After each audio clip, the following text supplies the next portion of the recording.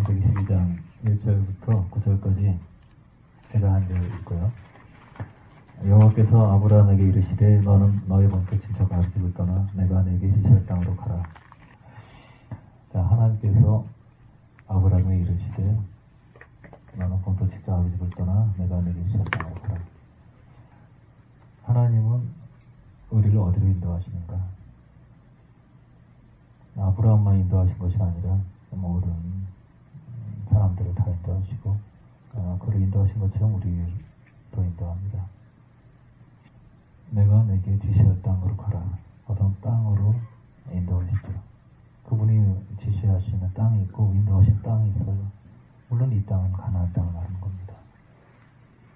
하나님께서 우리를 부르시고 어디로 인도하시는가? 아브라함 인도한 것처럼 우리를 가나안 땅으로 인도하십니다. 이 아브라함 창세기 12장부터 하나님께서 구체적인 구속사의 역사가 시작되는 거예요. 처음에 하나님 천지 창조하시고 창세기 3장에 인간이 타락해서 범죄한 내용이 나오고, 그리고 나서 급속도로 악들이 막 이제 확산되는 내용이 나오죠. 처음에 서로 책임 전가가 미워하고 막 그러다가 자식도 이르러서 형제끼리 살인하고 점점 악이 퍼집니다. 이렇게 아내도 막 여러 명 건드리게 되고 죽이게 되고 막. 그래서 악이 점점 퍼지면서 창세기 6장에서 8장까지 홍수 사건을 통해서 다 이제 진멸하죠. 그래서 노아를 통해 시작된 새로운 세대에도 그 악은 여전히 관영하고 퍼져나오고 하게 되지 않습니다. 그 악에 퍼지는 것이 그 마지막에 어떤 하이라이트라고 할까요? 그것이 나타난 사건이 창세기 11장이에요. 창세기 11장. 온 땅이 언어가 하나였더라. 그러면서 이런 사건이 뭐냐면 바벨탑 사건입니다. 하나님께서 구속사가 시작되는 구속사의 첫 삽을 뜨기 시작한 아브라함 부르기 이전에 먼저 있었던 사건이 이제 바벨탑 사건이에요. 바벨탑 사건으로 인해서 이제 더 이상 갈 때까지 갔다. 더 이상 뭐 기대할 게 없다. 물론 하나님의 창조 전부터 이 구속의 역사는 계속된 것이지만 일단 그 역사적으로 봤을 때는 이 사건이 마지막 사건이에요. 다시 말하면 인간이 지을 수 있는 가장 그 막가자는 얘기가 이 바벨탑 사건이에요. 우리 이름을 내자. 우리 이름을 높이자. 지금 사람들은 태어나서 내가 지금 유명한 학자가 되겠다. 내 유명한 뭐 스타가 되겠다. 이런 것 자체가 악이라는 것 자체를 몰라요. 그래서 이 땅에 교회에서도 이게 막 전파되고 있으니까 애국적 가치관, 세상적 가치관, 순보국적 가치관이 너무 뭐 퍼져 있는 것이죠. 그러니까 내가 잘 먹고 잘 살면 하나님의 영광 받는다는 뭐 이런 그 가치관, 이게 바벨탑이에요. 근데 우리 본성 자체가 스스로 하나님 되려고 하려고 높아지려고 하고, 누가 나 건드리면 기분 나쁘고, 나 밟으면 속상하고, 높여지면 기분 좋고, 마귀도 자기 높여지면 굉장히 기분 좋습니다. 희죽거리면서 웃어요. 그렇기 때문에 예수님한테도 나한테 경배하라고 말을 요구하는 것이죠. 그래서 인간이 내 이름을 내자. 그러니까 인간의 문화가 정말 하늘까지 지을 정도로 그걸 시도할 정도로 굉장히 문화가 지금 못지않게 발전했죠. 고대 문화가 굉장히 철학적으로 과학적으로 학문적으로 발전하고, 그 마지막은 하나님을 대적하는 겁니다. 우리 이름을 내고 월드컵처럼 공 하나로 세계 손에 손잡고 올림픽으로 세계 하나, 이런 식으로 우리 이름을 내고 우리 힘으로 뭔가를 하자. 어서 이제 끝났다. 하나님 더 이상은 못 봐주겠다. 죽이지 못하겠고 다 흩어버렸어요. 이제 다 흩어지고 이제 인간의 역사는 폐하시고 하나님의 역사가 시작됩니다. 문제는 복음을 이해하기 전에 아직까지 내가 편하게 살고 내가 많은 돈을 소유하고 내가 어떤 그런 바벨탑, 이 확장, 높아짐, 성공 이런 것들이 복음을 반하는 것이라는 정도는 이해를 해야 돼요. 지금 성경과 세상은 어느 정도 틀린 게 아니라 180도 틀린 거예요. 성경의 사상과 세상의 사상은 180도 틀려요. 세상에서 너는 웃으면 복이 온다. 우는 자는 저주가 있다. 이게 세상인데 너 웃는 자의 지금 저주가 임할 것이죠. 배부르게 먹어야 되는데 잘 먹고 잘 산다. 그러니까 배부르다는 것은 뭐냐면 수입이 많다는 거예요. 연봉이 높다는 거예요. 근데 그건 저주받은 것이다. 그러니까 사람들은 세상에서 흔히 부자 되세요 인사하는데 성경적으로 말하게 되면 저주받으세요. 이게 똑같은. 그러니까 이 관점이 다르다는 거기서부터 시작을 해야 충격을 받아요. 다르기 때문에 죽지 말아라. 우리가 여기 있노라. 그러니까 충격받는 거예요. 어둠에 들려오는 이 소리. 이거 뭐야? 어떻게 살아가던 철학이 틀려. 너는 나의 원수고 내가 널 때렸고 그렇게 너는 날 져줘야 되는데 너는 왜 날 축복하고 왜 나의 안위를 걱정해 주는 거야? 너는 도대체 누구야? 이런 자기 도대체 어디서 온 거야? 놀래가지고 램프 들고 와서 놀래 떨면서 무릎 꿇으면서 당신은 어느 별에서 왔습니까? 지구별. 그러면서 이렇게 대화가 되는 건데 지금은 교회와 세상이 똑같아요. 교회에서 마케팅을 배우고 어떤 성공학, 철학을 배우고 다 세상 교수 속에 배워서 그대로 베스트셀러 가지고 써먹고 성경만 갖다 붙이고 지금 이 순간을 살아라라는 책이 있어요. 그 뉴에이지에서 대표적인 에카르트 플레라는 사람이에요. 그런데 세례 어떤 설교에서 세례요한은 지금 이 순간을 살았습니다. 이게 성경과 부적합한 어색한 인형이 어디서 나왔을까? 나중에 보니까 그 책 보니까 성경 대충 갖다 붙이고 이렇게 유명한 책을 써먹는 그런 상당히 참 많아요. 이게 밴들이 이제 교회를 가득하게 하는 거. 어떤 분이 영성의 무슨 잡지에서 읽은 책이 사람의 영성 발전 단계를 쭉 얘기했는데 1부터 1000까지가 완전한 단계라 그래요. 1000쯤 되면 완전한 단계인데 350분 두려움의 단계, 뭐 250 용기의 단계 이렇게 쭉 영성 마음이 발전하는 영성 발전하는 단계를 딱 했는데 수치가 너무 정확해요. 350은 뭐 용기고 200은 뭐고 그래서 700부터 1000까지 거의 신에 가까운 상태인데 그런 쭉 얘기가 있어요. 그래서 이렇게 마음의 단계가 높아져요. 나름 일리가 있는데 이거 뭔가 좀 냄새가 난다 생각했는데 나중에 보니까 의식혁명이라는 책이 있어요.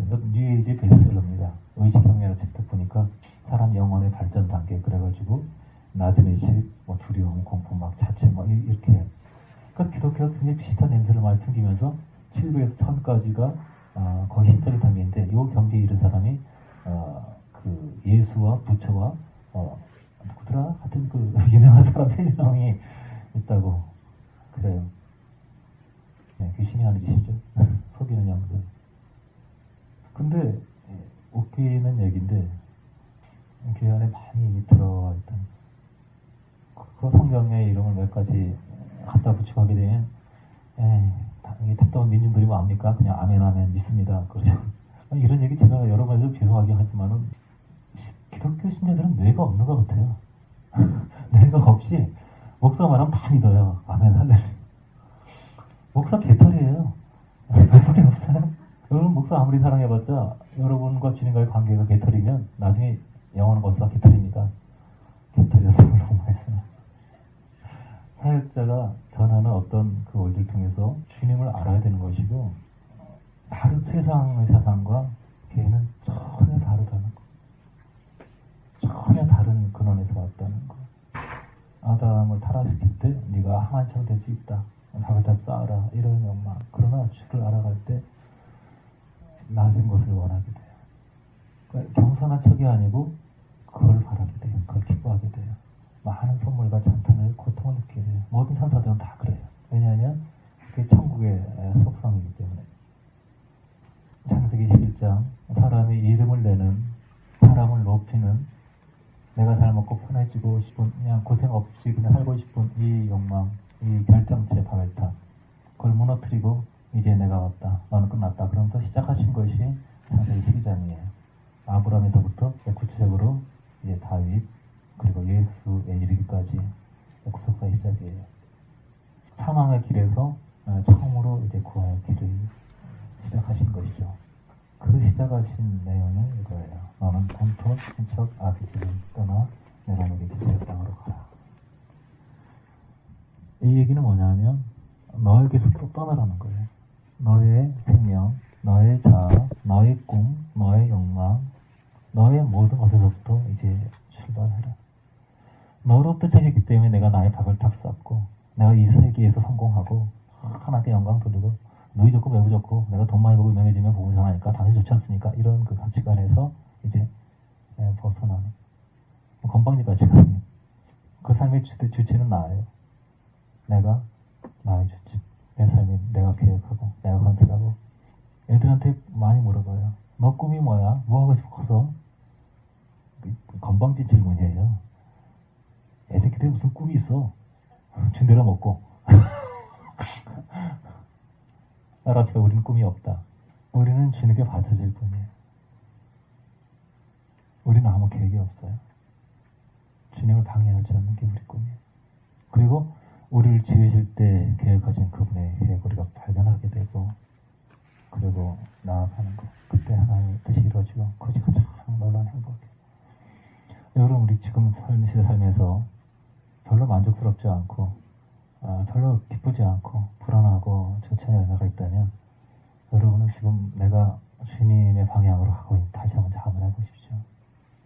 왜냐하면 자기의 모든 꿈을 포기하고 내려놓고 주님 당신 뜻대로 하십시오. 이렇게 굴복된 사람에게는 반드시 평화가 있습니다. 반드시 오늘 죽어도 평화가 있습니다. 내일 죽어도 평화가 있어요. 내 의지를 꺾어버리고 주님, 나는 무익한 종이라 아무것도 내 뜻대로 할 수 없고 주께서 인도하십시오. 이렇게 굴복된 사람에게는 돈이 있으나 없으나, 직장이 있으나 없으나, 원수가 있으나 없으나 내 처지 상관없이 마음에 평안이 있어요. 근데 많은 분들이 돈도 진짜 아버지가 못 떠나요. 안 떠나요. 떠나라고 하잖아. 나를 끝내야 되는데 여전히 나의 기질, 내가 좋아하는 거, 이게 있어요. 주님이 내게 뭘 원하시는가, 이거보다 나의 초점이 사라지지 않고 있어요. 이 아브라함이 떠났는데 4절에 보니까 여호와의 말씀을 쫓아갔다 그랬어요. 근데 옆에 꼽사리로 따라간 사람이 있어요. 누구죠? 롯도 하나님의 말씀을 쫓아갔나요? 롯에게는 말씀이 없어요. 롯에게는 말씀이 없고 그냥 따라갔어요. 꼽사리 롯 꼽사리 따라갔다. 하나님에게는 손자가 없다. 다 1대1 개인적 관계를 만드는 것이죠. 목사를 통해서 엄마 때문에. 그 친구 가끔 보면 그런 사람이 있어. 야, 기도 좀 안 해야죠. 네가 믿고 네가 기도해야지. 나는 어렵고 네가 기도해야지. 그런 사람 많잖아요. 그죠? 하나님께서는 모든 사람을 개인적으로 1대1 관계를 갖는다는 거죠. 롯은 그 관계가 없었어요. 아브라함이 잘 믿으니까 따라간 것이죠. 그 같이 옆에 있는 복을 받을 것 같죠. 전혀 복을 받을 수가 없습니다. 아브라함 보고 출발하라 그러는데, 떠나라고 가자 그러는데, 이 가나안 땅이란 게 뭐냐면은 생명의 땅이에요. 애굽 땅과 광야 땅과 다른 생명의 땅. 그 가나안은 하나님의 영광이 나타나는 에덴이 회복되는 곳입니다. 우리가 애굽에 있을 때는 무엇을 먹을까, 무엇을 마실까, 이 환경에 대한 자아에 대한 것이 끊어지지가 않아요. 그래서 항상 돈 때문에 걱정합니다. 자기 영혼의 애굽에 있어 그런 걸 모르고 이거만 해결되면 좋을 텐데 계속 모든 건 내 의식의 문제예요. 그런데 환경을 고치려고 뭐 애를 씁니다. 우리가 나를 고치면 참 쉬운데 세상 사람을 바깥 환경 고치려면 참 어렵습니다. 내 마음의 미움을 고치면은 다 사랑할 수 있는데 바깥을 고치려니까 그냥 한 5천 명을 쏴 죽여야 돼요. 발이 넓은 사람은 한 몇만 명 죽여야 돼요. 굉장히 피곤하죠. 요놈 다 죽여놓으니까 또 여기서 죽여, 그것도 죽여놓으니까 또 저기 막 굉장히 피곤하죠. 나 하나 정리하면 아주 쉬운데. 그래서 애굽 땅, 이 육의 생명, 물질적인 생명이 가득한 것이고, 광야는 자아적 생명, 나의 체질, 나의 혼이 나타난 것이고, 이 두 가지가 처리되어서 가나안에서 내 영이 주를 만나서 연합하는 것이 이제 가나안입니다. 그래서 아브라함을 통해서 인도하신 하나님의 역사는 뭐냐면 예수가 나타나는 거예요. 환경은 근본적으로 족보 이야기입니다. 아담 안에서 모든 사람이 죽은 것처럼 아담에게는 끝이 없기 때문에 예수가 이 땅에 와야 되는데 예수가 갑자기 딱 나타난 것이 아니라 이 과정을 거쳐서 오십니다. 아브라함, 이삭, 야곱, 그리고 그 마지막 결국 예수. 그래서 결국 가나안 땅이라는 것은 뭐냐면 내 삶에 예수가 나타나는 거예요. 하나님이 우리 인도하신 길은 뭐냐면 내 삶에서 예수가 나타나는 길. 전에는 이 사람의 특성이 나타났어요. 어떤 사람은 성격이 급한 사람이 있어요. 어떤 사람은 성격이 차분한 사람이 있어요. 어떤 사람은 성격이 불같은 사람이 있고 어떤 사람은 아주 예리한 사람이 있고 굉장히 자기 성향이 많았는데 나중에는 그 성향이 나타나지 않고 오직 예수가 나타나요. 이게 가나안의 길이에요. 그래서 그 가나안의 길, 예수가 나타나는 길, 예수를 아는 길. 그래서 하나님께서 우리 삶을 인도하실 때, 아브라함 인도하실 때 우리 삶의 목적은 근본적으로 예수를 알고 예수를 경험하고 예수가 나의 삶과 죽음을 통해서 나타나는 것. 여러분이 죽을 때 죽는 모습에서 예수의 향기가 나타난다면 스테반처럼 몸은 찢겨서 죽어가는데 나사로처럼 온몸의 헌대를 걔가 핥고 있는데 거기서 예수의 모습이 나타난다면 불평하지 않고 원망하지 않고 짜증내지 않고 감사와 찬양과 사랑의 향취를 나타내서 간다면 그건 성공한 인생입니다. 저는 가나안에 있으니까요.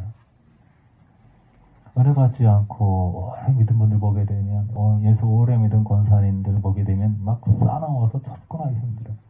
맨날 가르치려고 그러고 무슨 한마디 얘기 들으면 10마디 잔소리하고 그래서 가까이 가지를 못해요. 그러면 저 완악한 것들 그러는데 완악한 것이 아니라 예수 향기가 흐르게 되면 접근하기 쉽습니다. 우리가 살아온 삶의 나이의 두께만큼 예수가 내 삶에 나타나야 돼요. 나이가 들어갈수록 점점 겸손해지고 점점 온유해지고 어떤 아이가 그러죠. 할아버지 하나님이 어디 있어요? 안 보여요. 할아버지가 그래? 나는 어디에서도 다 하나님만 보이는데 이것이 늙어감의 미덕이죠. 모든 것에서 하나님을 보고 꽃에서 어린아이의 눈에서 울고 있는 아이의 눈에서 삶의 구름에도 반해서 모든 부에서 하나님을 보고 그리고 모든 삶에서 하나님을 보여주고 이것이 가나안 땅이고 하나님이 이끄시는 목적입니다. 본토 친척 아비집 내 성향을 버리고 내 취향을 버리고 나라는 생명 자체를 버리라는 것인데 거기에는 친척도 포함돼요. 롯도 포함되는 것이죠. 근데 롯을 버렸냐 하면은 버리지 못했어요. 롯은 데리고 갑니다. 원래는 혼자 가야 되는 것이죠. 왜냐하면 이 롯이라는 인간이 어떤 관계냐면 21장에 보니까 11장 20절 데라의 후예는 이러하니라. 데라는 아브라함과 나홀과 하란을 낳았고 26절에 보니까 데라는 70세에 아브라함과 나홀과 하란을 낳았더라. 1년에 3명을 낳냐? 약간 좀 뻥 같죠? 1년에 2명은 낳을 수 있겠다. 1월 달에 낳고 11월 달에 낳고 하여튼 데라가 3명을 낳았어요. 아브라함과 나홀과 하란을 낳았어요. 아브라함이 제일 나이가 위죠. 그러니까 하란은 아브라함의 동생인데 하란이 롯을 낳았으니까 동생의 아들이 아브라함이 뭐가 되는 겁니까? 네, 조카가 되는 것이죠. 조카. 그런데 그 하란이 28절 보니까 그 아비 데라보다 먼저 본토 갈대아 그래서 죽었더라. 아들만 낳고 롯만 낳고 홀라당 먼저 죽어 가버린 거예요. 그러니까 아브라함은 롯을 어릴 때부터 조카지만 자기 자식처럼 키웠겠죠. 자기 자녀하고 똑같은 거예요. 게다가 아브라함은 아이도 없어요. 아들도 없고 조카가 어렸을 때부터 이렇게 자라는 모습을 보아왔고 그 조카 롯을 봤을 때 아브라함의 마음이 어떻겠습니까? 자기 생명보다 더 귀한 사랑이죠. 생명보다 더 귀한 사랑인데 아브라함에게는 하나님을 갈망하는 마음이 있었고 롯에게는 없었어요. 여기서 갈등입니다. 내가 주님을 사랑하고 얘하고 친한데 얘는 주님의 갈망이 없어요. 그럼 어떻게 되느냐? 대부분 경우 다윗과 요나단처럼 그 정을 끊지 못합니다. 그 정 때문에 다윗이 나중에 가슴에 찢기고 큰 고통을 겪죠.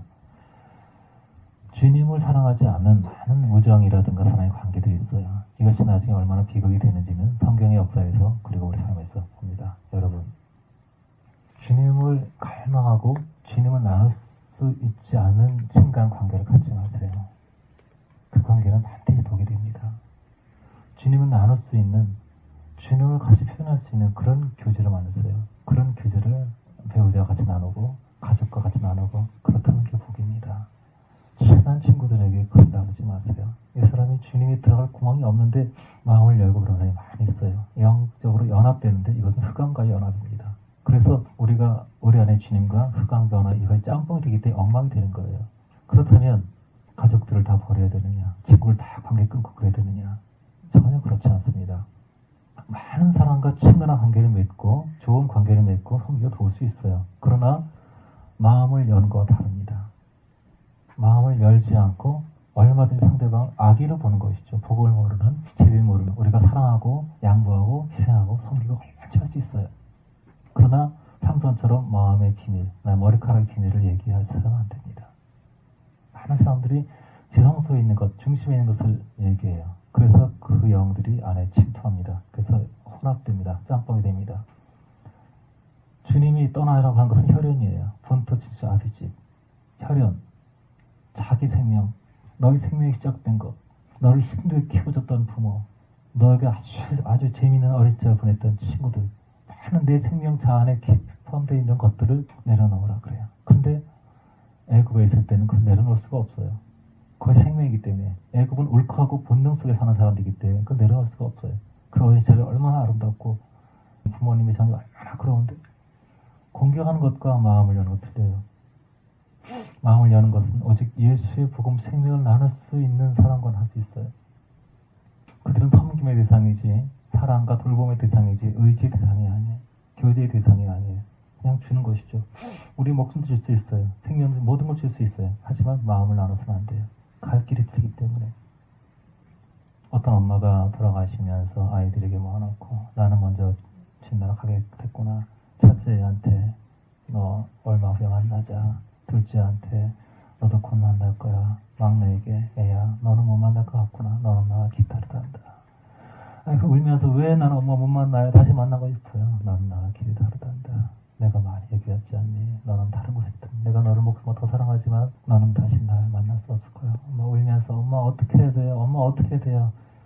예수님 영접하고 예수님 뜻대로 살거라. 죽어가는 엄마 앞에서 예수님 영접하고 예수님 나의 삶의 주인으로 고백하니까 웃으면서 희미한 미소 지면서 그래 이제는 너 다시 만날 수 있겠구나 하고 떠났다는 그런 얘기가 있어요.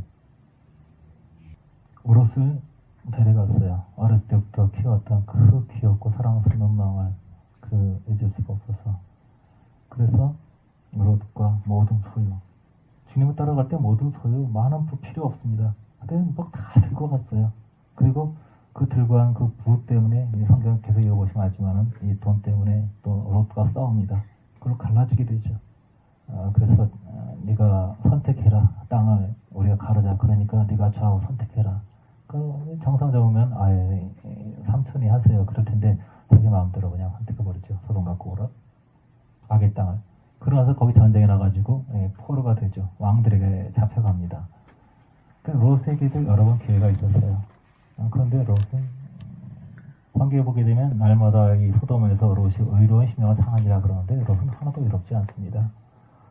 오히려 결국은 이스라엘 대적하는 역할을 했죠. 그래서 소돔과 고모라 멸망하고 아브라함의 충고 때문에 간신히 목숨만 건진 상태입니다. 소돔과 고모라 멸망하고 나중에 도시의 멸망을 피해서 작은 굴 속에 숨죠. 그러니까 이 작은 딸과 큰 딸이 소돔과 고모라에서 맨날 음란한 환경에서 자라가지고 보고 들은 것이 다 그거니까 아버지가 음행을 합니다. 그리고 자녀를 임신하죠. 그러니까 그때라도 아브라함 찾아와서 삼촌 우리 살려주세요. 어떻게 해야 돼요?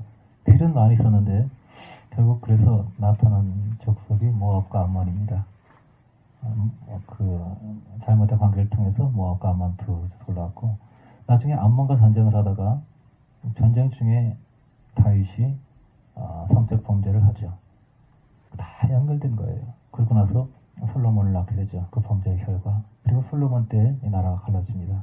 그러니까 애당초 같이 가서는 안 될 사람이 롯과 아브라함이 같이 갔다가 헤어지기 싫어서 같이 붙었다가 결국은 이 롯으로 인하여 결국은 마지막으로 보게 되면 이스라엘이 찢겨집니다. 북왕국 이스라엘과 남왕국 유다. 하나님이 말씀하지 않은 어떤 인간적인 사랑, 인간적인 열심, 인간적인 애씀, 많은 것들. 스스로 십자가에 못 박은 사람이 많이 있어요. 스스로 애쓴 사람이 많이 있어요. 주님이 말씀하지 않은 것을 합니다. 베드로가 용기를 내가지고 귀를 잘라버려. 그러니까 예수님께서 그러지 말고 하면서 귀를 딱 붙여줘요. 주님에 속하지 않은 부분들을 버려야 합니다. 번토 친척아비지. 내 성향이 있어요. 내가 잘하는 게 있어요. 근데 하나님께서 가라고 그래요. 여기 익숙한 곳을 버리고 가라 그래요. 내가 잘하는데 이거만큼 자신 있는데 또 관두라 그래요. 어디로 가야 돼요? 몰라. 아브라함이 거기서 오랫동안 친구난 관계를 맺고 아버지가 데라 우상을 만드는 사람이었는데 하여튼 부자였어요. 침을 싸고 있어요. 아브라함 어디가? 이사가요. 이렇게 성수 짐을 싸? 포장이사 가지. 포장이사 할 수가 없어요. 왜 못해? 포장이사 영어 못하는데. 저희는 목적지를 몰라요. 아브라함, 이사 가는 거 맞아? 예, 맞아요. 어디 갔는데 몰라? 모르는데요. 이렇게 된 거 아니야? 그렇겠죠. 하나님께서 우리 인도하실 때 우리는 갈 길을 몰라요. 우리가 호기심이 참 많은 사람이 있어요. 자꾸 궁금해가지고 알고 싶다고 막. 예언 기도 같은 것도 자기의 궁금을 해소하기 위해서 받고 싶은 사람이 많이 있어요. 그냥 알고 싶대, 알았으면 좋겠대. 근데 그거를 하나님께서 만족시키지 않습니다. 하나님께서는 우리의 궁금증을 만족시키지 않습니다. 하나님께서 우리 인도하시는데 익숙한 것을 내려놓고 새로운 곳으로 가게 하는데 무기를 주지 않아요. 정보를 주지 않아요. 어떻게 하란 말이에요? 네가 모르니까 내가 옆에 있다. 제가 매주 강단에 있으면서도 강단이 참 부담이 돼요. 기도만 해요. 그러니까 하나님께서 우리 삶에서 열쇠 카드를 놓지 않으려고 해요. 알려주세요. 궁금해요. 알려주세요. 네 혼자 마음대로 살라 그러지. 그러니까 내가 할 수 없는 부분, 내가 알 수 없는 부분, 오늘 일이 어떻게 예측이 될지 전혀 감이 안 잡히는 거예요. 항상 하나님께서 항상 그렇게 인도하세요. 그런데 그때는 갈 바를 모르고 이게 맞나 틀리나 그러면서 고민하고 이게 하나님 음성 들은 게 맞아? 막 그래서 고민하면서 가는데 나중에 그 뒤안길 돌이켜보면 한 걸음 한 걸음이 다 하나님의 인도였다라는 고백을 하게 된 것이죠. 아브라함, 다윗, 바울 굉장히 고민하면서 이게 맞나 틀리나 하면서 간 사람들이에요. 뭐가 막 떨어져가지고 이런 그 마술적 사고, 아이들은 마술적 사고 많이 하거든요. 엄마 아빠는 슈퍼맨, 엄마한테 얘기하면 다 끝나. 근데 자라갈수록 엄마 아빠가 평범한 보통 사람이란 걸 알게 되죠. 우리는 슈퍼맨이 아니고 아무것도 할 수 없어요. 그런데 우리 곁에 우리 발걸음을 인도하실 분이 계십니다. 참 감사한 것은 아브라함과 이삭과 여러 사람들의 삶을 보면 하나같이 개판을 치면서 따라갔다는 것. 참 굉장히 많이 위로가 됩니다. 성경을 이해할수록 개차반이구나 이런 생각을 하게 돼요. 우리 모습이 이 모습이구나. 그런데 하나님 옆에 계신다. 우리가 하나님의 인도하심에 대해서 얘기할 때 참 중요한 게 뭐냐면 형통이라는 관점이에요. 10절에 보니까 그 땅에 기근이 있으므로 그렇죠. 그 땅에 흔히 사람들은 하나님의 인도하심을 받고 그러면 잘 될 거라 생각해요. 성경을 보세요.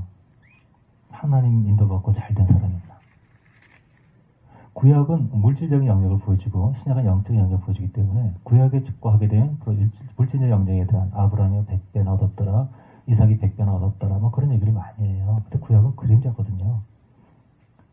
신약 보게 되면 이게 이득 본 사람이 별로 없어요. 사도 바울도 주님 몰랐으면 잘 나가던 인생 잘 나갔을 거예요. 그러니까 부모 입장에서 보게 되면은 나중에 사도 바울이 마지막 디모데후서 편지 보게 되면은 감옥에서 쓴 편지 있잖아요. 마지막 편지인데 너는 속히 내게로 오라. 겨울이 가까웠는데 내게 옷도 없고 두툼한 옷을 갖고 와라. 참 모든 사람이 다 나를 떠나고 혼자 있다. 외롭고 힘들고 나를 추워가는데 너는 속히 내게로 오라. 참 따뜻한 사랑과 위로 교제가 그리웠던 바울의 늙은 모습을 볼 수 있는데 뭐가 있어요? 아무것도 없죠. 돈도 없고 초라하고. 부모 입장에서 보게 되면은 참 기가 막힐 겁니다. 이거 바울을 좀 잘 키우려고 정말 명문사학에 넣고 완전히 쪽지게 과외시키고 막 그냥 최고의 학원에 아주 강남에서 집까지 그냥 미장 전까지 해서 막 그냥 온갖 교육 받았는데 잘 나가다 그러다가 이상한 데 빠져가지고 그다음부터 그 칭찬받고 맨날 명예 상급받고 학위받고 그런 사람이 맨날 들겨맞고 어디 가서 터지고 집안 개망신 다 시켜. 마지막에는 감옥에서 취직도 안 되고 하여튼 부모 입장에서 보게 되면 오늘날 관점에서 그가 성공한 사람이겠냐고요. 형통시나 부유시나 이런 거 가르치는 걸 보게 되면은 성경을 이렇게 자기 주장에 갖다 붙이자 굉장히 노력을 많이 해요. 베드로는 굉장히 부자였다. 큰 배가 있었다. 그거 몇 천마일로 가는 겁니다. 그거를 이렇게. 예수님은 부자였습니다. 그 수의 굉장히 비싼 고급 수의 그렇기 때문에 넷으로 나누고 그분들의 그 노력에는 경의를 표하지만 그 첫 번째 차원은 뭐냐면 애국 차원은 뭐냐면은 본능의 차원이기 때문에 몸이 좋고 환경이 좋으면 행복한 단계예요. 신앙의 1차원 단계는 환경이 좋을 때 기뻐한다. 환경이 고통스러울 때 속상해한다. 누가 나를 칭찬할 때 이렇게 행복해한다. 누가 나를 비난할 때 막 화가 난다. 성경을 통해서 막 입증하고 난리가 난다. 이게 1차원 단계고 2차원 되게 되면 눈을 좀 떴기 때문에 비난과 저주를 받을 때 십자가 바라보면서 감사하고 칭찬과 영광 받을 때 두려워하고 환경이 형통할 때 두려워하고 환경이 나쁘고 사망에 우치한 걸 저기서 감사한다. 그런 세 번째 영역이 이렇게 되게 되면 환경과 사람의 말을 이루어서 아무것도 아니기 때문에 스쳐 지나간다. 풍부와 부유에도 일체 비교로 되어서 가난도 나의 목표가 아니고 부유도 내 목표가 아니고 사람의 칭찬이나 비나의 이 모든 것도 초월하게 된다. 그 얘기를 제가 누나한테 했더니 누나가 그러더라고요. 뭘 2단계 3단계 그러냐. 다 1단계지. 아브람 하나님 인도를 받았으니까 그 다음에 기근이 왔어요. 예수께서 성령에 충만하고 나서 바로 성령께서 예수를 광야로 이끌고 갔습니다. 모세를 하나님께 인도하시고 바로는 점점 강팍해집니다. 점점 싸나워집니다. 하나님께 인도하심 받을 때 일이 잘 풀린다고 생각하지 마세요. 그 내국적인 사고방식이에요. 그러면 그 벌레의 생명에서 벗어날 수가 없어요. 하나님 우리를 어떻게 인도하시는가? 형통하고 편안하게 인도하시려면 창조하지도 않았어요. 흙의 생명, 아담의 성분이 사라져야 돼요. 우리는 아담의 생명을 가지고 있을 때 보이는 것을 믿어요. 병이 있을 때 막 기도한다면 병세가 좋아지는 것 같아. 그 믿음이 막 생겨요. 몸이 아프고 기도에 소용이 없어. 그 믿음이 막 떨어져 버려요. 좀 잘 되기만 하면 그 홍해에서 그 바다에 바로가 군사 잠겨버리니까 미리암이 막 춤을 치면서 말탄자를 던졌습니다. 막 난리가 나요. 그러니까 얼마 안 가서 마라의 쓴물 막 원망하고 불평하고 이게 뭐냐면 보이는 신앙이에요. 믿음은 보이는 것이란 것이 아닌데 우리는 아직 1단계에 있는 사람들은 보이는 걸 의지해요. 그래서 환경이 좋으면 기뻐하고 환경이 나빠지면 속상해하고 그래서 가나안에 들어가기 전에 그 백성 맵기린들을 보고 나서 자, 우리는 메뚜기만도 못해. 메뚜기 저들은 우리는 이길 수 없어. 막 그래. 그리고 나서 너희는 아직 가나안 들어갈 때가 안 됐다라고 못 들어가게 해요. 그러니까 뒤늦게 저희가 잘못했습니다. 이제 싸울게 막 그러다가 하나님께 합계하지 않는데 그거는 이제 믿음이 아니고 곤조라 그래요. 괜히 똥꼬지. 그러니까 그냥 이판저판이다. 이렇게 하면 하나 안 해주겠지. 그냥 주문적인 신앙이죠. 주문적. 하나님 법계, 사울이 법계 있으면 하나님 꼼짝 못할 거예요. 교회 망가지고 교회가 하나님 영광을 가리고 그거 100번 1000번 당해도 하나님 놓고 갔다가 안 하시면 영광 안 가려요. 상관없습니다. 나쁘신 사람은 막 놓고 하세요. 하나님은 법궤에 갔다 오면 법궤에서 막 레이저 광선이 팍 나와가지고 다들 죽고 그런 사울의 그 마술적 사고 그런 사고를 가지. 십자가가 지금 나무 없어 그렇지 십자가 달린 예수님 있었다면 그게 옥전 경매에 그 십자가 나무 토막 이만큼 이렇게 해도 수천조 수경 할 거예요. 그죠? 보이는 것을 우상시하는 너는 본고로 믿느냐. 첫 단계는 그것이 필요한데 그것을 초월하지 않게 되면 가난을 갈 수가 없다는 거예요. 보이는 것을 높이 보고 저들은 크다 나는 작다 이 수준이라면 아직 애굽에서 광야에서 그 시각이 죽을 때까지 머물러야 돼요. 그 시각을 넘어섰을 때 돌이 날아서 날 치고 피가 흥건하고 그럴 때 예수 서신 것을 보라. 다른 영역에 있는 거예요. 다른 차 환경에는 기뻐하지 않고 환경에서 슬퍼하지 않고 그래서 하나님의 말씀의 인도를 받고 갈 때 어떤 분이 어디서 그런 걸 썼어요. 사도 바울이 하나님의 음성을 듣고 가서 빌립보에 갔더니 이렇게 망했다. 열매도 못 거졌다. 그래서 믿음이 없다. 이렇게 하나님의 음성을 잘 들어야 되는데 그런 얘기를. 그런 관점이 참 많아요. 성경을 전혀 모르는 것이죠. 하나님은 우리를 인도하시는데 불가항력적으로 인도하십니다. 우리가 할 수 없는. 사람들은 하나님께서 인도하시고 어떤 감동 주셨어요. 어떤 대학을 가요. 근데 과목 재미없죠. 나 힘들죠. 막 그냥 너무 학교하기 싫죠. 그러면 내가 하나님께서 잘못 들었구나 내가 생각을 해요. 하나님 감동을 주셔가지고 어떤 직장에 갔어요. 근데 직장 살짝 까다롭죠. 막 너무 힘들죠. 일이 적성에 안 맞죠. 그럼 나는 잘못했구나 이렇게 생각을 해요. 흔히 항상 그런 생각을 해요. 그냥 하나님 음성 들어갔으면 직장 딱 가자마자 사장이 어서 오세요 하고 인사하고 뭘 잘해도 그냥 뭐 봉봉 2배로 막 이런 식으로 생각을 해요. 그렇게 하면 벌레 상태에서 죽어요. 아브라함 상태로 죽는 것이죠. 아브라함이 아브라함이 될 수가 없어요. 그래서 위기와 문제에 직면했을 때 문제라는 것은 우리를 보여줘요. 너는 누구냐? 너는 뭐 하는 존재냐? 너란 존재가 뭐냐? 너란 생명의 존재가 뭐냐? 내 속에 있는 두려움, 내 속에 있는 악성, 내 속에 있는 이기심, 내 속에 있는 어떤 육신적인 사고, 물질적인 사고방식, 이런 모습을 보여줘. 그리고 눈에 보이는 힘이 아닌 눈에 보이지 않는 하나님의 능력, 하나님의 힘, 내가 누구냐, 하나님이 누구냐, 하나님이 어떤 분이냐, 이 실체를 보여줘요. 이게 학교가 아니면 알 수가 없어요. 내가 열심히 하니까 대충 됐어요. 그럼 내 힘이에요. 근데 벽에 부딪혔어요. 거기서 내가 막 분노가 일어나요. 막 화가 일어나요. 영리한 사람들은 참 변화가 안 되는데 베드로같이 단순한 사람들, 이 직관적인 사람들은 좀 그래도 성장이 빠릅니다. 왜냐하면 영리한 사람들은 자기 속에 어떤 혈기가 있을 때 감춰요. 자꾸 이걸 합리화시켜요. 자꾸 드러내지 않으려고 그래요. 마스크 쓰고 참 비참하게 살죠. 근데 밖에서 교양 있고 우아하다 소리 들을지 모르지만 거기서 성장이 없어요. 베드로는 직관형입니다. 사람은 기본적으로 직관형 스타일이 있고 바울 같은 사고형 스타일이 있고 내적인 정서적인 스타일이 있죠. 직관형은 선택을 잘합니다. 이거 저거 그냥 바로 그냥 무리로 뛰어들어 그냥 그 부활절에 예수님이 딱 부활하시 나타났잖아요. 그래가지고 깊은 곳에 오늘 던져라. 어디서 많이 들은 얘기인데 보니까 주님이잖아요. 주시라. 그러면서 베드로 겉 뒤집어쓰고 뛰어듭니다. 물에 뛰어들 때 옷을 입을 필요 없거든요. 여러분 수영할 때 그 양복 입고 수영합니까? 그러니까 정신이 없는 거예요. 항상 직관적이죠. 바로 움직여요. 사람이 스타일 보게 되면 서로 많이 부딪히는 게 직관적인 사람이 있어요. 무슨 생각하면 바로 나와야 돼요. 베드로처럼 바로 입에 나온 사람이 있어요. 그리고 결론만 딱 나와. 그런 분들이 많아요. 언어 생활이 참 어려움이 많습니다. 그게 이렇게 된 거예요. 뭐가? 그때 말했잖아요. 언제? 제가 많이 얘기했는데 뭘? 이게 육하원칙이 안 되는 사람도 있어요. 자기 막 열어놓고 나서 못 알아듣면 답답해. 자기 속에서 다 끝나가지고 그렇기 때문에 뭐가 그렇기 때문에야. 그러니까 참 모르거든요. 베드로 스타일. 그러니까 대화가 참 안 됩니다. 자기는 남에게 피해를 주면서 상대방이 그렇게 되면 무슨 말이야 그게 그러면서 싸워요. 근데 약간 바울형의 사람들은 이렇게 좀 논리형이거든요. 항상 기승전결이 있어요. 결론까지 가기 전에 이거는 이렇고 저거는 저렇고 가르치면서 하는 사람이 이런 게 많아요. 가르치면서. 그럴 때 이건 저렇고 저건 저렇고 직관 형사는 못 찾습니다. 알았어요. 가버립니다. 그러니까 한 5단계쯤 가야 결론이 나오는데 1단계, 2단계는 가버려요. 전달이 안 됐어. 앞에만 얘기만 듣고 끝났어. 이렇게.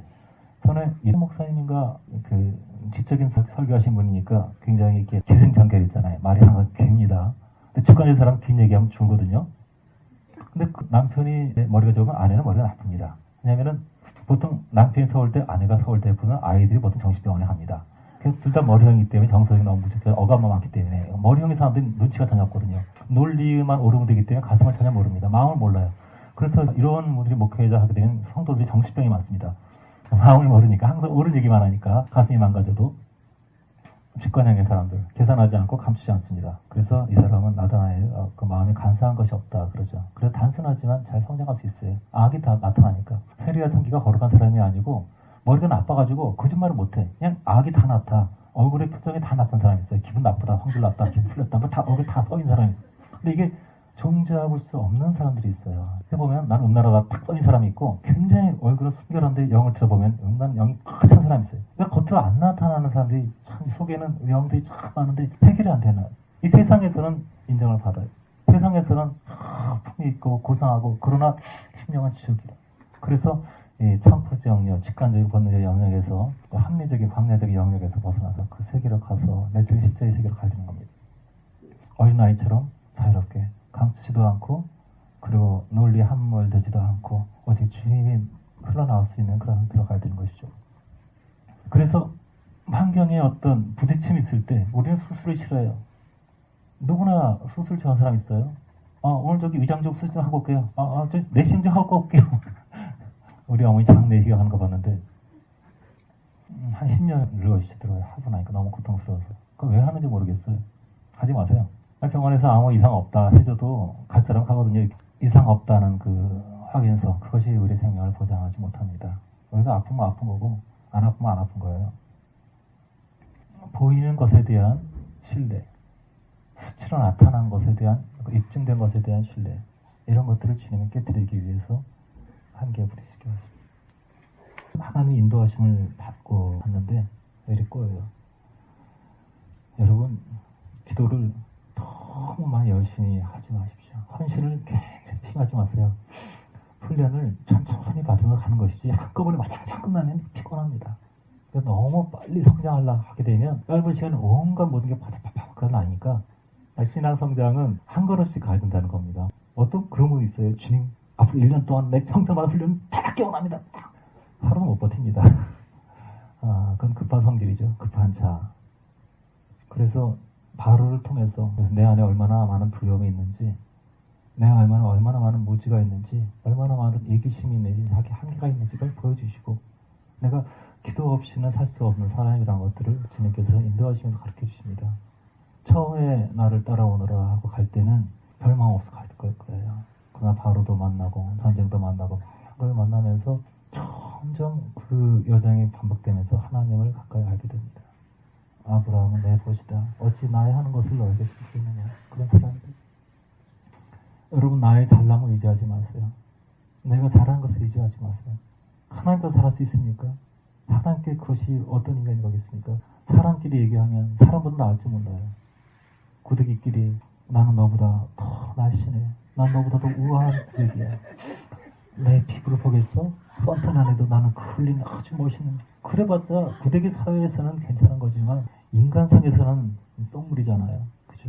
하나님 앞에서 아무 데서 것이 없어요. 나의 약점이 드러날 때, 나의 두려움이 드러날 때, 나의 연약함이 드러날 때, 나의 욕심이 드러나고 나의 한계가 드러날 때, 그때 엎드려서 선생이여 어찌하면 내가 구원 얻으리까? 무서워 떨면서 그때 주 예수 그 예수 이름이 우리에게 오는 겁니다. 많은 분들이 너무 건방져서 그 말씀 받지 못해요. 하나님 나는 이 방주의 끈을 끊어진 나는 죽습니다. 자기 안에 큰 사망성을 보지 못하기 때문에 가지 못해.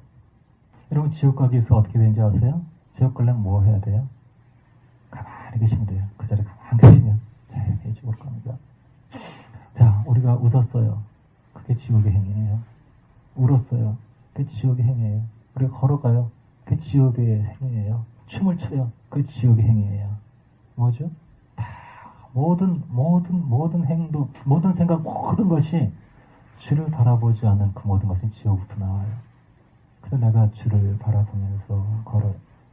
주를 바라보면서 호흡을 해요. 하나님, 예수, 나의 아버지. 주를 생각하면서 말해요. 주 생각하면서 책을 봐요.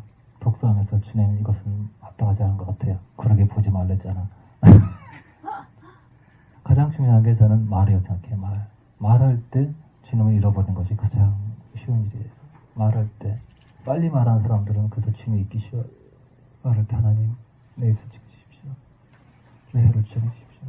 그래서 교회에는 활달한 사람은 좀 조용한 것이 없습니다. 활달한 사람들은 말하면서 주님 붙잡기 어려워요.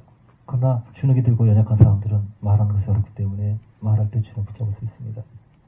너무 침묵을 지킨 사람들은 조용히 있을 때 보다 말하는 것이 더 주님 붙잡기가 쉬워요. 그래서 조용한 사람은 떠들게 되고 떠드는 사람은 조용하게 되고, 이것이 성령의 훈련이고 교회의 모습입니다. 원래 명랑한 사람이 하게 되면 그건 자기 혼, 타고난 생명을 하는 거예요. 원래 조용한 사람이 조용하면 타고난 생명을 하는 거예요. 저는 예전에 일주일에 말 한마디 했을까 말할까, 사람 만나는 거 아예 공포 수준, 전혀 불편하고 어색하고, 그러니까 지금 편하잖아요. 그렇기 때문에 그 차이가 너무 크니까 이것이 내가 하는 것이 아니구나 라고 알 수가 있죠. 내가 하지 않고 주님이 나올 수 있도록 많은 바로를 경험하고 기근을 경험하는 것, 이것이 하나님의 인도예요.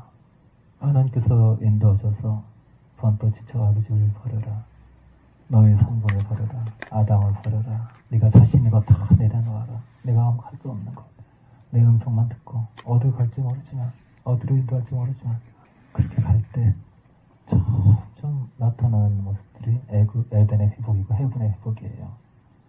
하나님께서 에덴을 창설하시고 두 가지 목적이죠. 하나는 교제고 하나는 다스림이에요. 신부와 용서라고 표현해요. 다스림을 회복하고 용서라서 온 세상을 지배하고 다스릴 수 있어요.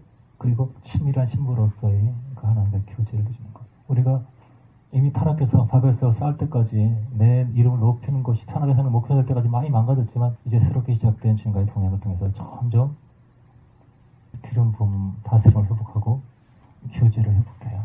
아브라함이 소돔과 고모라에서 왕들의 전쟁이 있었죠. 그다음에 왕들에게 롯이 끌려갔어요. 주와 동행하면서 가던 아브라함이 그 연약과 겁많은 아브라함이 용사를 훈련해서 왕들을 다 격파하고 다 되찾아와요. 겁많던 모세, 난 도저히 못해, 할 수 없어요. 찌질하던 기드온, 그런 사람이 뭐 작은 것에도 겁이 많으니까 자꾸 표적과 인도 신고하는 거예요. 정말 맞아요? 저 자격 없는데 주님 정말 맞아요? 제가 가는 게 맞아요? 계속 물어보면서 가는 거예요. 근데 그런 사람들이 점점 능력을 얻게 돼요. 다스림을 회복하는 것이죠. 다스림. 내가 사라져가고 나의 혼이 사라져가고 나의 본토, 나의 친척, 나의 성향, 나의 혈액형, 나의 기질이 사라져가고 내 안에서 그리스도의 형상이 나타나는데 거기서 다스림의 역사가 나타나요. 세상을 다스리게 돼요. 너희가 세상을 판단하는 것을 알지 못하느냐. 모든 영들은 다 부름받은 사람들의 종으로 온 것이 아니냐. 크리스찬들이 정치에 참 많이 관심을 가지고 많이 씨름도 하고 막 그러는데 여러분 세상 정신이 별거 아닙니다. 누가 대통령이든 그건 그렇게 중요하지 않아요. 아직 굉장히 중요하다 그러는데 대통령들은 껍데기에 불과합니다. 꼭 똑같이에요. 이 세상은 누가 통치하느냐에 달라진 것이 아니라 누가 기도하느냐에 따라 달라집니다. 야곱과 바로가 부딪혔어요. 바로 앞에서 야곱이 축복합니다. 나의 삶이 그렇게 오래지 않았는데 조상에 비해서는 나이를 거쳤습니다. 평생 하나님의 인도를 받고 자축을 하면서 하나님 알아가던 그 야곱이 그 바로 축복하죠. 세계의 관세를 갖고 있는 그에게. 누가 대통령이 되든 서서히 사람들이 기도할 때 세계 역사가 바뀝니다. 하나님을 아는 사람, 아브라함이라고 하나님의 벗이라고 여긴 사람, 그의 중보에 의해서 소돔의 운명과 롯의 운명과 나라의 운명과 이 모든 것이 바뀌는 거예요. 내가 너로 큰 민족을 이루고 이 민족은 이스라엘 민족이 아닙니다. 그리스도의 민족입니다. 널 축복한 자는 복을 내리고 저주한 자를 저주하리고 그리스도에게 속한 삶의 권세를 말하는 겁니다. 주님을 따라가고 아무런 무기도 없이 정보도 없이 무기와 정보가 없기 때문에 붙잡을 것은 기도밖에 없어요. 아무 힘이 없기 때문에 아는 게 없기 때문에 할 수 있는 건 기도밖에 없어요. 오늘 나와 동행하십시오. 나를 붙잡아 주십시오. 이렇게 계속 걸어갈 때 다스림의 권세를 얻게 되고 친밀감 얻게 됩니다. 이 두 가지는 계속 발전하면서 따라갈 것입니다. 아브라함 인도하신 것처럼 우리도 하나님께서 계속 인도하십니다. 우리의 목적은 세상이 아닙니다. 우리의 목적은 나의 꿈이 아닙니다. 우리의 목적은 예수입니다. 우리는 멋대로 꿈을 꿀 자격이 없습니다. 권리가 없습니다. 우리를 창조하신 그 하나님, 그 하나님께 엎드려세요. 그 나의 전적 무능력에 대해서, 무지에 대해서 인정해야 됩니다. 나의 비참함, 내가 망망대에 있다는 거, 흑암 속에 있다는 거, 이 망망대에서 빛은 오직 그저 방주로 가는 그 길밖에 없다는 거, 예수를 놓치고 나는 끝장이라는 거, 한순간도 기도하지 않으면 나는 끝장이라는 거, 내가 조금만 자만하면 바로 끝장이라는 거. 하나님, 나를 떠나지 마시고 나를 붙잡아 주십시오. 간절히 붙잡고 간다는 거. 이것이 우리 삶이 되어야 합니다. 그리고 그 삶으로 주님을 인도하십니다. 아브라함을 가나안에 인도하신 젖과 꿀이 흐르는 생수가 흐르는 내적인 생명이 넘치는 곳에 인도하신 그분께서 우리를 인도하십니다. 우리의 목적은 그리스도입니다. 가나안 땅입니다. 젖과 꿀이 흐르는 내가 짓고 그리스도만 사는 그리스도의 무한한 생명, 하늘의 생명, 주님이 원하신 것을 하는 형통이 아니라 편한 삶이 아니라 유명한 삶이 아니라 많이 가진 삶이 아니라 소박함 속에서 한번 스치고 만족하며 오직 우리 안에서 예수 생명이 나타나는 그 삶이 되기를, 우리 신년의 혈과 꿀이 흐르기를 주인들 따라 갑시다. 주께서 계속 인도하실 겁니다. 우리는 그렇게 합니다. 기도합시다. 주님, 내가 하나님 복지, 하나님 인도하심, 주님을 알아가는 삶. 내 삶의 목표는 주님을 알아가는 것입니다. 주님을 알아가는 것이 내 삶의 목적입니다. 내가 존재하는 목적을 주를 아는 것입니다. 주님의 사랑이 되어가는 것이 내 목적입니다. 직업이든 어떤 것이든 행위는 중요하지 않습니다. 이것을 통해서 중요한 것은 내가 주를 알아가는 것입니다.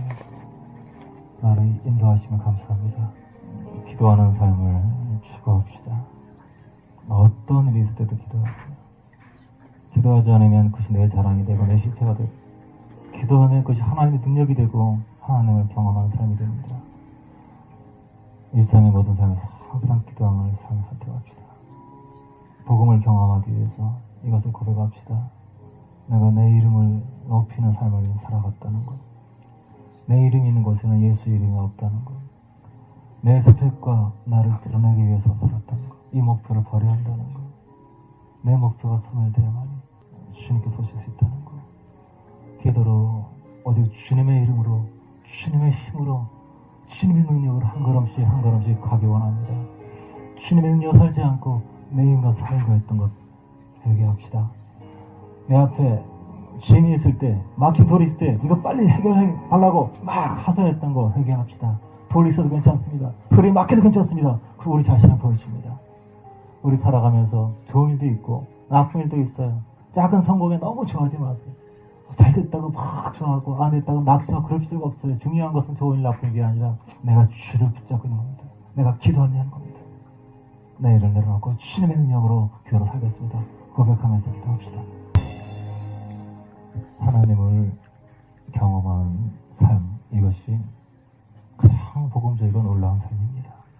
내 힘으로 사는 사람과 하나님의 힘으로 사는 사람은 삶의 질이 완전히 다릅니다. 그것은 자신의 위치, 처지를 바르게 깨달을 때 시작됩니다. 저도 많은 경우에 한계의 벽에 부딪혀서 어떻게 할 수가 없어서 그냥 하나님 앞에서 울 수밖에 없는 때가 많이 있었습니다. 하나님, 제발 도우십시오. 어떻게 할 수가 없습니다. 도대체 할 수가 없습니다. 제발. 그저 하나님 앞에서 우는 것밖에는 방법이 없는데, 그리고 시간이 지나니까 정말 모든 게 바뀌었어요. 모든 상황이. 그때 보이지 않는 하나님의 능력, 하나님의 살아계심, 뉴스보다, 눈에 보이는 세상보다, 사람의 말보다 더 선명한 하나님의 실제, 하나님의 능력. 이렇게 씨름하고 하나님 앞에서 나의 능력의 한계를 아는 사람이 하나님의 능력을 경험합니다. 점점 하나님의 실제를 경험하게 돼요. 하나님의 살아계심을 경험하게 돼요. 그럼 어떻게 되는지 아세요? 아무도 겁나는 게 없습니다. 하나님의 실제를 알게 되니까 대통령이든 장관이든 부자든 부럽지가 않고 우습게 여기면 안 되겠지만 대단치 않게 여기게 됩니다. 아무것도 아니라는 것을 하나님을 가까이 알고 하나님을 살아계시는 주시는 하나님 내 편이시고 내가 그 안에 있다는 것. 이런 경험을 자꾸 하다 보면 사람들을 볼 줄 알게 돼요. 이 사람 속에서 하나님이 얼마큼 역사하셨는지, 아니면 자기가 살고 있는지. 많은 사람들이 신앙생활을 하는데 자기가 살고 있어요. 그러다 보면 굉장히 고생만 하고 열매가 없습니다. 고생은 막 하는데 자유함이 없어요. 해방이 없어요. 자기 실체를 몰라요. 자기 힘으로 애쓰기 때문에. 그 모든 것은 교만 때문입니다. 자기 잘난 줄 알아요. 하나님께 자리를 내드리지 않습니다. 정말 절망에 해나가지 않아요. 그래서 주님의 일하시면 아주 쉬운데 아주 편하고 변화가 역선하고 그에겐 삶의 열매가 나타납니다. 사랑이 임합니다. 눈물이 임하고 기쁨이 임하고 용서가 임하고 하늘의 평화가 임하여 하나님의 역사가 임한 사람은 그렇게 됩니다. 그러나 자기 왜 애쓰고 애쓴 사람들은 고생은 많이 하는데 해방이 없어요. 여러분 이제 맡기세요. 보이는 것이 없어도 들리는 것이 없어도 아무것도 알지 못해도 내 실상을 깨달았어요. 난 아무것도 할 수 없어 왔어요. 기도 없이 할 수 없어. 하나님, 내가 주의 능력 살기 원합니다. 주의 능력 살기 원합니다. 나를 붙들어 주시옵소서. 주님 오시지 않는 나는 끝장입니다.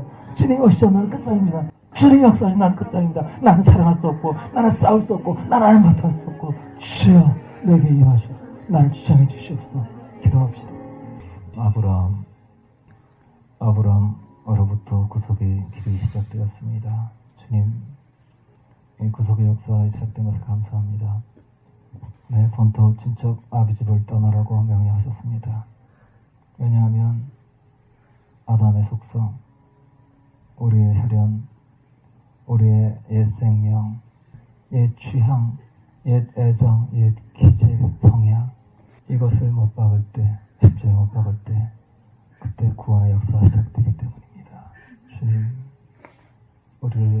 때까지 인도하신 것을 감사합니다. 아브라함을 인도하시고 많은 하나님의 모든 사람들을 인도하신 것처럼 우리의 삶도 여태까지 인도해 주셨던 감사합니다. 우리는 하나님의 의도를 알지 못하고 그를 저항하고 떼쓰고 화내고 찡찡거리고 많은 순간들을 주님과 싸우면서 지내왔습니다. 아버지, 이제 이 저항을 멈추려고 합니다. 주님, 이제 앙탈과 저항과 머무림을 멈추고 도살장에 끌려가는 양처럼 묵묵히 주와 함께 걸어가려고 합니다. 변화하지 않고 변명하지 않고 합리하지 않고 그저 묵묵히 나의 본토, 친척, 실현, 아비집 이 모든 것이 소외되어서 예수의 생명, 젖과 꿀이 흐르는 땅, 그 친밀한 교통, 아름다운 충만한 그것이 우리의 삶과 지금에 나타날 때까지 주님 따라가려고 합니다. 인도해 주시옵소서. 이끌어 주시옵소서. 하찮은 사망의 생명 사라지고 예수 생명 더딥혀 주게 하옵소서. 오직 주로 충만하게 하옵소서. 다시는 기도 없이 말하고 기도 없이 움직이지 않도록 아버지여 우리를 부장해 주시옵소서. 우리의 삶을 향한 아름다운 계획을 가지고 계신 주님 감사합니다. 지금 많이 초라하고 아직 부족하고 아직 너무나 많이 남아있는 내 성질, 내 성깔, 내 육성, 내 죄성, 그러나 주님의 역사 날마다 한 걸음씩 걸을 때 점점점 소외시켜 주시고 주의 생명의 사람으로 만드심을 감사드립니다. 예수님 감사합니다. 주님 찬양합니다. 우리는 아무것도 할 수 없지만 우리 손을 잡으시고 놓지 않으시고 계속 이끄시는 주님의 신실하심을 신뢰합니다. 아버지 감사합니다. 주님 찬양합니다. 이렇게 사망으로 가득한 사망에 앉아있는 죄를 부르시니 땅에 있는 주밖에 누가 우리 사망할 자가 있으리요. 하늘 외에도 주님밖에 우리의 사망할 자가 없습니다. 예수님 감사하고 사랑하고 감사하고 찬양합니다. 주님 영광을 받으시옵소서. 예수님의 이름 드리겠습니다. 아멘. 주님이 우리 삶에 역사하는 삶 아주 쉽습니다. 주님의 능력으로 사는 삶, 신앙일은 절대 어려운 것이 아닙니다. 인생은 소풍이지 고해가 아닙니다. 내 안에 아무런 선한 것이 없다는 것을 알기만 하냐, 내 안에 아무런 능력이 없는 것을 감출 필요가 없어요. 변화할 필요가 없어요. 내 원래 그래요. 우리가 원래 아무 소망이 없어요. 바람만 불어도 무섭고 조금만 건드려도 막 화가 나고 앱들이 조금만 안 돼도 막 신경 짜증이 올라오고 이게 우리 모습이에요. 원래 이 모습이에요. 주님, 제가 이렇게 사망에 앉지 않고 책석에 있습니다. 나의 소망은 주님밖에 없어요. 주님이 나의 소망. 자기의 사망됨을 충분히 알수록 죄를 붙게 됩니다. 내 의가 없어요. 내 이름이 없어요. 주님이 오십니다. 얼마나 평안한지, 얼마나 사랑스러운지, 얼마나 행복한지 죽음이 와도 고통이 와도 두렵지 않습니다. 이게 행복이에요. 그 행복을 계속 누리시기 바랍니다. 옆에 분들에게 서로 껴안으면서 상의해주세요. 예수로 가득해집시다. 암이 조기 발견되면 고칠 수 있잖아요. 내 성향 빨리 조기 발견돼서 나의 사망 빨리 발견해서 친절한 예수의 분양 됩시다. 예수가 우리 안에 역사할 때 정말 변화되고 자유롭습니다. 그런데 아직도 자기의 사망됨을 모르고 붙잡으려고 애쓰는 난타선에서 애쓰는 그 삶에서 이제 벗어나야 합니다. 우리가 주님과 그 템포를 맞춰서 끌려가지도 않고 앞서가지도 않고 같이 손잡고 템포에서 걸어간다면 인생은 행복한 여행입니다. 아멘. 할렐루야. 주님이 우리 인도하십니다. 언젠가 우리 삶을 마칠 때 우리는 주님 인도한 결과로 우리 삶에 나타난 예수 형상 생명 주님께 보실 겁니다. 아멘. 그 삶으로 갑시다. 아버지, 주께서 우리의 주인이신 것을 감사합니다. 우리를 창조하시고 만드시고 특별한 목적이 계셔서 주의 품으로 가나안 땅으로 해분 영광의 새끼로 한 걸음씩 인도해 주셨음을 감사합니다. 아버지, 우리가 주의 뜻을 알지 못할 때 우리 생각으로 인생을 계획하고 삶을 결정하고 우리 마음대로 선택하고 주님이 왕 되시지 않은 많은 순간들이 있었습니다.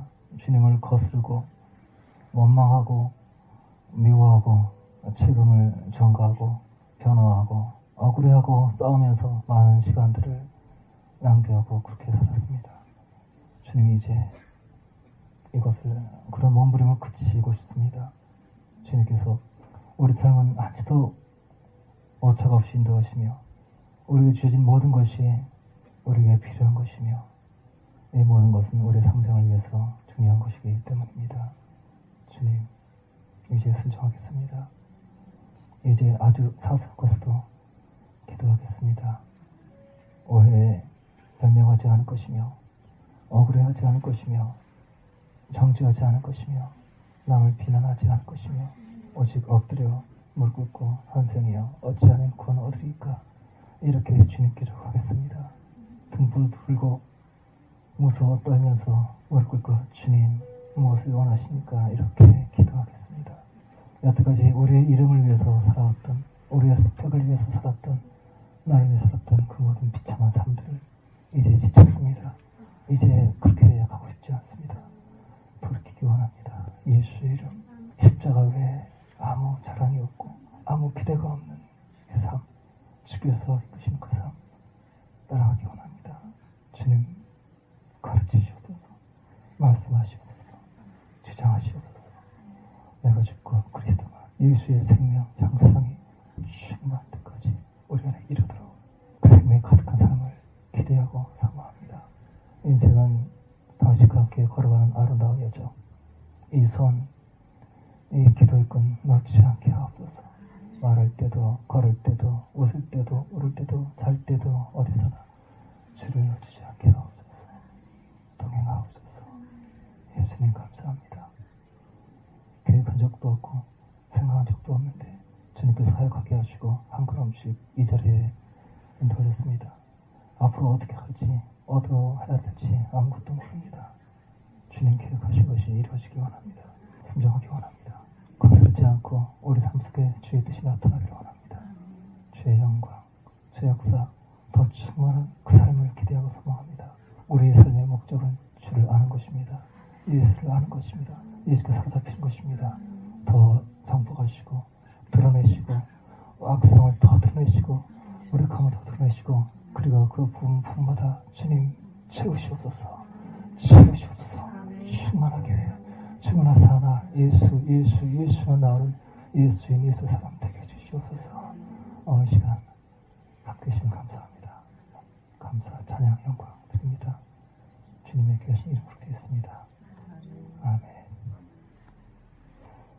마지막 찬양 209장 내 인생 여정 끝내 찬양 드리고 예배 마치겠습니다. 다 같이 나와주십시다.